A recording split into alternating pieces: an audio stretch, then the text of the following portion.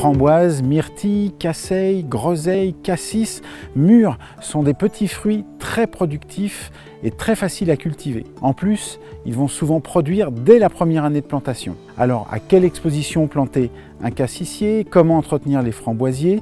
Où planter les myrtilles? Eh bien, découvrons ces petits fruits rouges et noirs qui sont les stars de nos étés. Pour leur exposition, cela va dépendre de chacune. La myrtille, par exemple, est une plante de sous-bois. Elle va vouloir pousser à l'ombre des arbres. La framboise et le cassis, elles, supporteront très bien le soleil. Et par contre, la groseille et la mûre, elles, préféreront une exposition ensoleillée, mais en évitant le plein soleil brûlant. La plantation se fait de préférence en automne, pour que la plante ait bien le temps de s'enraciner et qu'elle redémarre mieux au printemps. Et vous aurez sans doute les premiers fruits dès l'été suivant.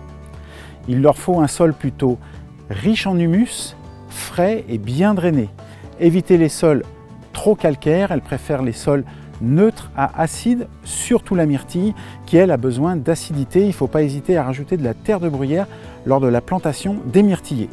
Creusez un trou de 3 à 5 fois la taille du pot, enrichissez la terre avec du compost, tassez bien et formez une cuvette autour du pied pour faciliter l'arrosage. Installez aussi un bon paillage au pied de la plante. D'ailleurs, chaque année, vous pouvez rapporter un paillage de gazon ou de feuilles mortes qui vont permettre de faciliter le désherbage, limiter l'évaporation et même qui vont acidifier le sol légèrement. Surveillez bien l'arrosage les 2 premières années et même lorsqu'elles sont en fructification.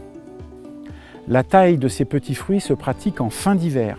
Chacun a une taille un peu spécifique qui lui est propre. Par exemple, le myrtillier, on va supprimer les bois de plus de 3 ans. Sur le cassis, on va essayer de l'empêcher de monter à plus de 1,20 m de haut. Sur le framboisier, on va limiter le drageonnement et supprimer les cannes sèches. Et les mûres, eh bien, on éliminera complètement les branches qui ont fructifié dans l'année. Pensez à leur apporter un bon engrais potager chaque année. Même si elles produisent dès la première année, elles commenceront vraiment à donner des récoltes abondantes au bout de la 3e année. Et en fonction des variétés, des espèces et si elles sont remontantes ou non, vous pourrez avoir des récoltes du mois de mai jusqu'aux premières gelées. Et pour bien profiter de vos récoltes, vous pouvez protéger vos plants avec des filets de protection.